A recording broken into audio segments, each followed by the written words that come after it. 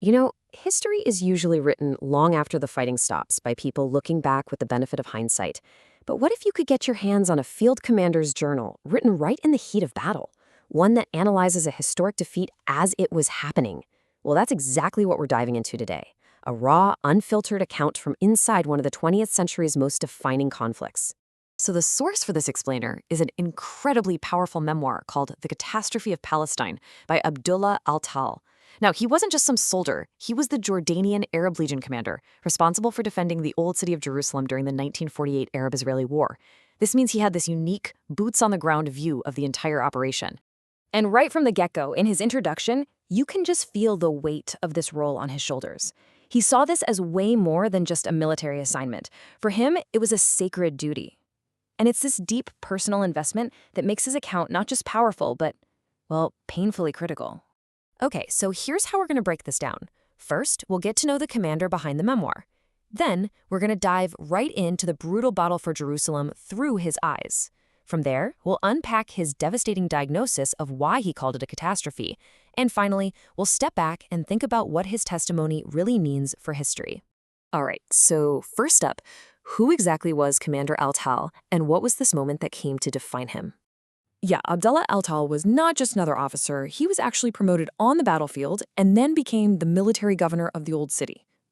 Think about that. He was directing soldiers, managing civilian chaos, and trying to navigate all this political intrigue, all at the same time.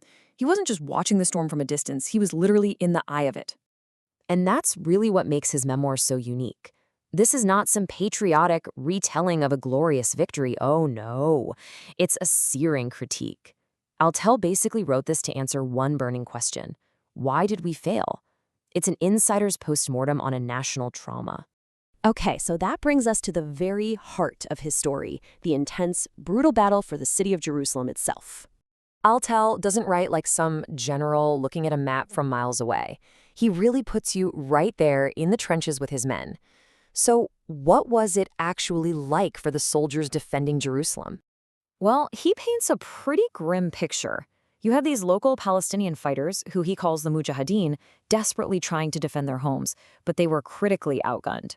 He describes them forming these defense groups out of pure necessity, facing organized attacks with little more than courage and whatever rusty weapons they could scrape together.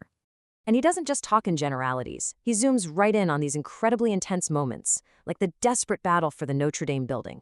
This text right here is his detailed play-by-play of a ferocious, hours-long assault and counter-assault. He talks about his soldiers fighting with unbelievable bravery for every single inch of ground.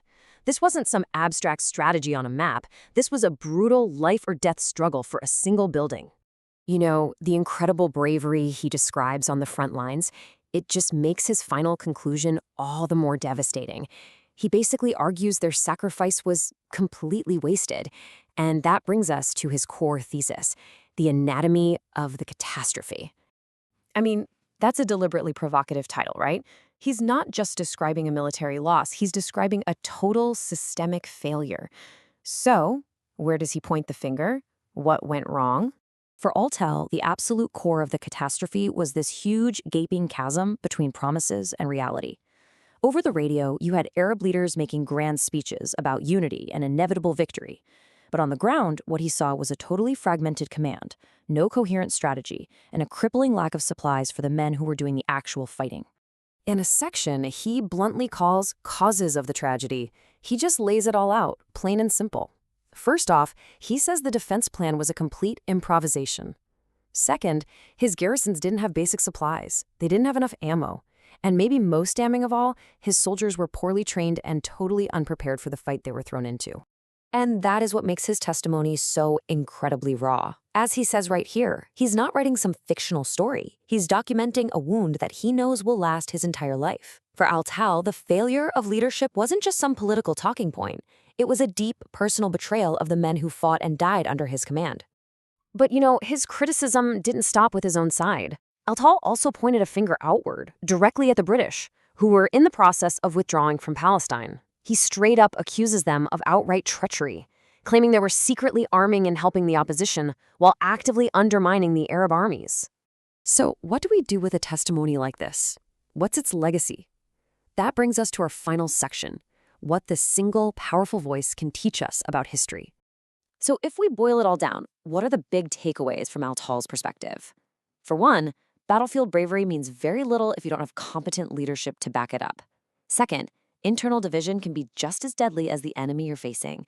And maybe the biggest lesson of all is that the official story, the one being broadcast to the public, is often a world away from the soldier's reality in the mud and the trenches. Now look, this book is absolutely controversial. It's one man's truth, and it's fueled by his own anger and his own perspective. But honestly, that's exactly what makes it so vital. It's a primary source that refuses to sanitize the past. It gives us this raw, unfiltered view of the chaos and conviction from inside a moment that literally redrew the map of the Middle East. And that really leaves us with a final question to think about. We often learn about wars through maps, treaties, and casualty statistics, right? But how does your whole understanding of a war change when you hear the story from a single commander, wrestling not just with the enemy, but with the failings of his own side? His account suggests the true cost of a catastrophe isn't just measured in lives lost, but in trust betrayed.